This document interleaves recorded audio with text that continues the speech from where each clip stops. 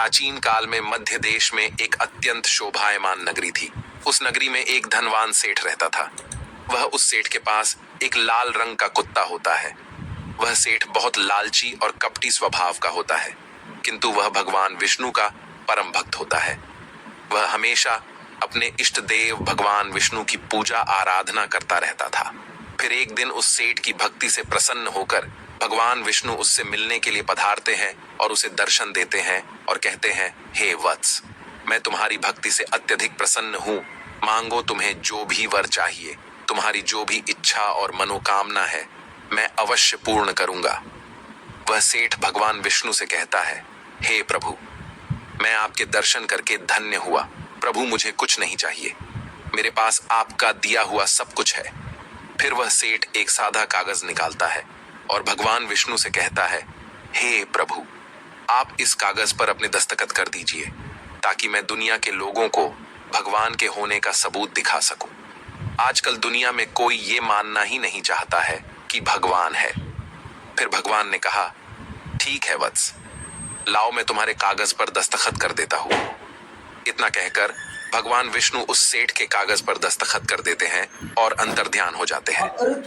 फिर वह सेठ उस कागज को हमेशा अपनी जेब में ही डालकर रखता था ताकि वह दूसरों को भगवान के होने का सबूत दिखा सके। फिर कुछ दिनों बाद उस सेठ का वह कुत्ता मर जाता है, जिससे वह सेठ बहुत ही दुखी हो जाता है। सेठ का कुत्ता मृत्यु के बाद यमलोक में जाने लगता है। फिर यमलोक पहुंचने के बाद वह कुत्ता यमराज के सामने आकर खड़ा हो जाता है। यमराज उस कुत्ते का लेखा जोखा निकालते हैं और कहते हैं, हे श्वान, तुमने तो पशु का जन्म पाकर भी कोई पाप नहीं किया है। तुमने हमेशा अपने मालिक के साथ वफादारी की है, कभी किसी पशु पक्षी आदि प्राणियों को कष्ट नहीं दिया है। तुमने अपने सभी काम बड़े ईमानदारी के साथ किए हैं।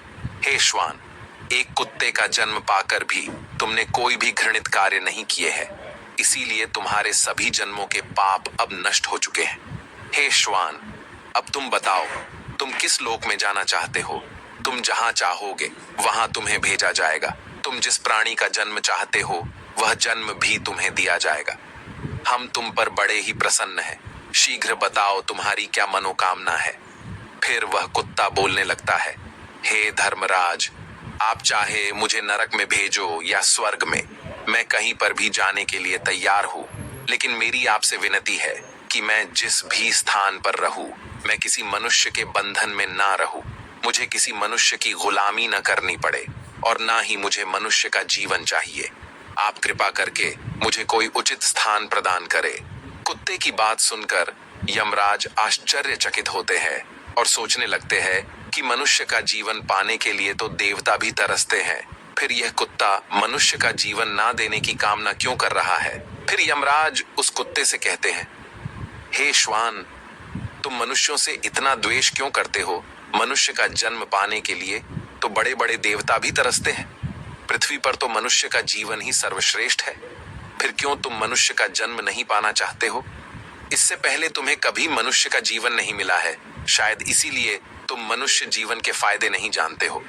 तुम एक बार मनुष्य का जीवन प्राप्त करके देखो, तुम्हें पता चलेगा कि उसके कितने फायदे हैं। यमराज की बात सुनकर वह कुत्ता कहता है, हे धर्मराज, मैं जानता हूं कि मनुष्य का जन्म कितना अनमोल है, लेकिन मनुष्य बड़ा ही स्वार्थी, धूर्त, कपटी और चालाक होता है। जब वह अपना मतलब देखने लगता है तो सही गलत सब कुछ भूल जाता है। उसकी तृप्ति किसी चीज से नहीं होती। सारे संसार का धन भी उसे मिल जाए तो भी वह संतुष्ट नहीं रहता। उसकी भूख कभी नहीं मिटती है। मनुष्य बड़ा ही असंतोषी होता है। वह अकारण ही दुखी रहने लगता है और दूसरों को भी दुख देने लगता है। मनुष्य मुझ जैसे बेजुबान जानवरों को अपना गुलाम बनाकर रखता है और अपना काम निकलवाता रहता है। इतना ही नहीं, मनुष्य तो भगवान को भी धोखा देता है। इसीलिए मुझे मनुष्य जन्म नहीं चाहिए। यमराज कहते हैं, हे श्वान, ये तुम क्या कह रहे हो? मनुष्य भगवान को धोखा भला कैसे दे सकता है? तुम जरा बताओ, मैं भी तो जानूं। फिर कुत्ता कहने लगता है, हे धर्मराज, मनुष्य जब मंदिर में जाता है तो स्वार्थी मन से भगवान की पूजा करता है। भगवान से कहने लगता है, हे भगवान, मेरा ये काम बना दो। मैं इतने पैसे चढ़ाऊंगा, दान धर्म करूंगा, भंडारा करूंगा, गरीबों को कपड़े दान करूंगा। लेकिन जब उसका काम पूरा हो जाता है तो वह सब कुछ भूल जाता है। आगे बढ़ने की होड़ में वह अपनों का ही शोषण करता रहता है, एक दूसरे की टांग खींचने में लगा रहता है। न खुद ऊपर उठने का प्रयास करते हैं, न दूसरों को उठने देते हैं, न चैन से खाते हैं, न खाने देते हैं। अपना काम बनाने के लिए दूसरों को धोखा देता है। और उसकी धूर्तता तो देखिए, वह भगवान को भी लालच दिखाकर अपना काम बना लेता है। जब काम पूरा होता है तो कहता है, भगवान के पास तो सब कुछ है, मैं उन्हें क्या दे सकता हूं। इस प्रकार से कहकर वो अपनी बात से मुकर जाता है। हे यमराज, इंसानों के बुरे कर्मों को गिनाते गिनाते मैं थक जाऊंगा, किंतु उसके बुरे कर्म समाप्त नहीं होंगे। उसकी चालाकी के आगे तो देवता भी कुछ नहीं है। कुत्ते की बात सुनकर यमराज कहते हैं, हे श्वान, माना कि इंसान बहुत चालाक है, लेकिन वह हम देवताओं को मूर्ख नहीं बना सकता, क्योंकि हमारे यहाँ जितने भी जीव आते हैं उन्हें हम ही दंड देते हैं। उसने पृथ्वी लोक पर कितनी चालाकी क्यों न की हुई हो, उसे मृत्यु के बाद यही आना पड़ता है। सभी इंसान यहाँ पर आकर हमारे सामने रोते हैं, माफी मांगने लगते हैं, नरक जाने के भय से और मेरे भयंकर रूप को देखकर थर थर कांपते हैं। सभी मनुष्य हमारे अधीन रहकर ही काम करते हैं। फिर वह कुत्ता बोलता है, हे धर्मराज, आपके पास जितने भी मनुष्य आते हैं वे सब मरे हुए होते हैं। आपका पाला किसी जीवित इंसान से नहीं पड़ा है। यदि आप किसी जीवित मनुष्य को यमलोक लेकर आओगे, तब आपको पता चल जाएगा कि जीवित इंसान कितना खतरनाक होता है। उस कुत्ते की बात सुनकर यमराज को आश्चर्य हुआ और गुस्सा भी आ गया। वे सोचने लगे, ये तो हमारे यहाँ पर आकर हमारा ही अपमान कर रहा है। इस तुच्छ कुत्ते को दिखाना होगा हमारे सामने कोई इंसान कुछ भी नहीं है। इंसानों की चालाकी हमारे सामने नहीं चल सकती। इस बात को साबित करने के लिए यमराज अपने दूतों को बुलाते हैं और कहते हैं, हे दूतों, जाओ और इस कुत्ते के मालिक को जीवित ही उठाकर यमलोक लेकर आ जाओ। हम भी देखते हैं कि जीवित इंसान हमारे सामने क्या चालाकी करता है। अगर यह कुत्ता गलत साबित होता है तो इसे अनेक वर्षों तक नरक में डाला जाएगा। उस कुत्ते को पूरा यकीन था कि एक अकेला जीवित मनुष्य स्वर्ग लोक में खलबली मचा देगा। फिर यम के दूत धरती लोक पर जाते हैं और उस कुत्ते के मालिक को अर्थात उस सेठ को चारपाई के साथ उठाकर यमलोक ले जाने लगते हैं। तभी बीच रास्ते में उस सेठ की नींद खुल जाती है और वह देखता है कि दो अत्यंत हृष्ट पुष्ट सिंगों वाले यमदूत उसे चारपाई के साथ उठाकर यमलोक ले जा रहे होते हैं। वह सेठ उन यमदूतों से पूछने लगता है, हे यमदूत, क्या मेरी मृत्यु नींद में हो चुकी है? तब यमदूत कहने लगते हैं, नहीं मनुष्य, तुम अभी जीवित ही हो। फिर वह सेठ कहता है, फिर आप दोनों मुझे कहाँ ले जा रहे हैं? मैंने कौन सा पाप किया है? यम के दूत उस सेठ को सारी कहानी बता देते हैं और कहते हैं, तुम्हारे कुत्ते ने यमराज से कहा है कि जीवित मनुष्य बहुत चालाक होता है, इसीलिए इस बात का परीक्षण करने के लिए यमराज ने आपको जीवित ही यमलोक लाने के लिए कहा है। उस सेठ को पूरी बात समझ में आती है और वह कुछ देर तक सोचने लगता है और फिर तुरंत उसकी जेब में रखा हुआ वह कागज निकालता है जिस पर भगवान विष्णु ने दस्तखत किए हुए होते हैं। वह उस कागज पर कुछ लिख देता है और फिर से कागज को अपनी जेब में रख लेता है। यमदूत उस सेठ को लेकर यमराज के दरबार में उपस्थित हो जाते हैं। उस सेठ को देखते ही यमराज जोर जोर से हंसने लगते हैं और सोचने लगते हैं, ये तुच्छ मनुष्य भला मेरा क्या बिगाड़ पाएगा। फिर वह सेठ जाकर यमराज के सामने खड़ा हो जाता है और अपनी जेब से वह कागज निकालकर यमराज को देता है।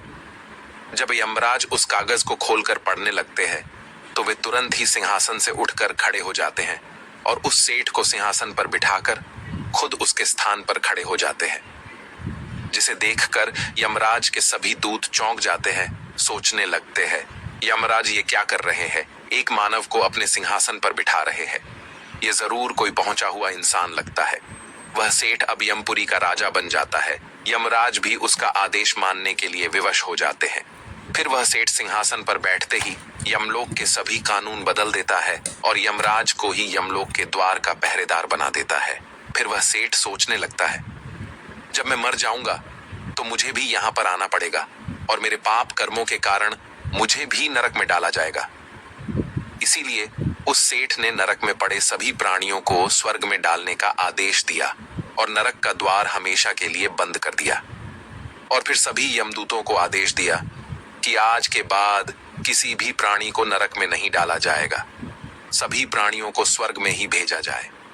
सेठ के इस आदेश को सुनकर स्वर्ग लोक में खलबली मच गई। सभी देवता हैरान हो गए, लेकिन वे कर भी क्या सकते थे।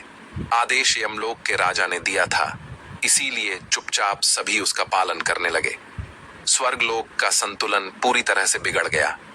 धीरे धीरे स्वर्गलोक में जीवों की भीड़ बढ़ने लगी, जिनकी सेवा करके स्वर्गलोक के कर्मचारी और अप्सराएं परेशान होने लगे और सोचने लगे, इतने सारे जीवों की सेवा कैसे कर पाएंगे। उधर वह कुत्ता सोचने लगा, यमराज को जीवित मनुष्य को यमलोक में लाना कितना महंगा पड़ गया। सेठ जी ने सब कुछ बदल दिया है, आखिर ऐसा कैसे हुआ। फिर वह कुत्ता अपने सेठ के पास गया और पूछने लगा, सेठ जी, आपने ये सब कैसे किया। अब तो आप यमलोक के राजा बन गए हैं, अब मैं सारे जीवन आपका दास बनकर रहूंगा। कृपया आप मुझे बताइए कि आपने ये सब कैसे किया।